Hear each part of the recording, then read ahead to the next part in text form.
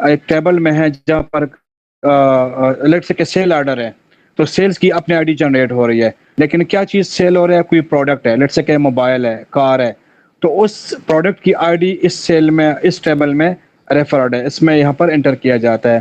تو اب اس کی جو پرائمری کی ہے، لیٹ سے گاڑی کی، کار کی یا موبائل کی جو پرائمری کی ہے، لیٹ سے کہ 5 ہے، وہ اس ٹیبل میں جب ہم انٹر کرتے ہیں کسی دوسری ٹیبل میں، تو وہاں پر یہ ایز اے فورن کی کنسیڈر کی جاتی ہے. یعنی مطلب کہ یہ ایک قسم کی ریلیشن کریٹ کرنے کے لیے ہم کیا کرتے ہیں، ایک پرائمری کی ہم دوسری ٹیبل میں انسرٹ کرتے ہیں، لکھتے ہیں، ٹھیک ہے. تو اس پرائمری کی کو پھر دوسری ٹیبل ہم کیا کہتے ہیں، فورن کی.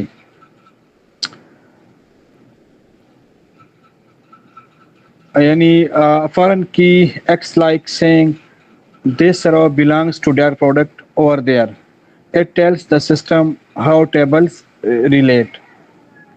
اب یہ دیکھو نیچے سیلز آئی ڈی ہے، پروڈکٹ آئی ڈی ہے، ٹھیک ہے.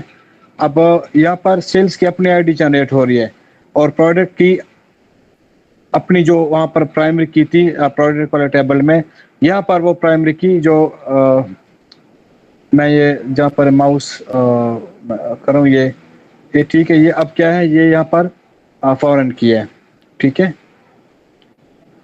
اچھا، یہ کچھ بیسٹ پریکٹسز ہیں.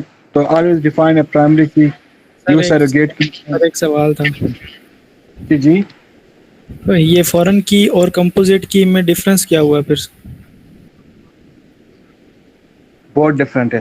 دیکھو composite, good question. Composite key میں یہ ہوتا ہے کہ آپ 2 کیز کو ساتھ جوڑ لیتے ہیں، ٹھیک ہے نا. اور یہاں پر آپ یعنی یہ الگ الگ ایٹریبیوٹ کے طور پر ہی ہے، یعنی الگ الگ ان کا کالم ہے، یہ ساتھ جوڑے ہوئی نہیں ہے. یعنی یہاں پر کیا وہ ایک آئٹم کو ریپرزینٹ نہیں کر رہے ہیں، ٹھیک ہے. اب دیکھ لیں، لیٹ سے کہ یہ سیل آئی ڈی وہ ہے 201 ہے، یہاں پر پروڈکٹ آئی ڈی کیا 101 ہے، ٹھیک ہے. اب یہ 101 جو ہے نا پروڈکٹ کو ریپرزینٹ کر رہا ہے، اور سیل آئی ڈی جو ہے نا یہ سیلز جو جنریٹ ہو رہے ہیں اس کی آئی ڈی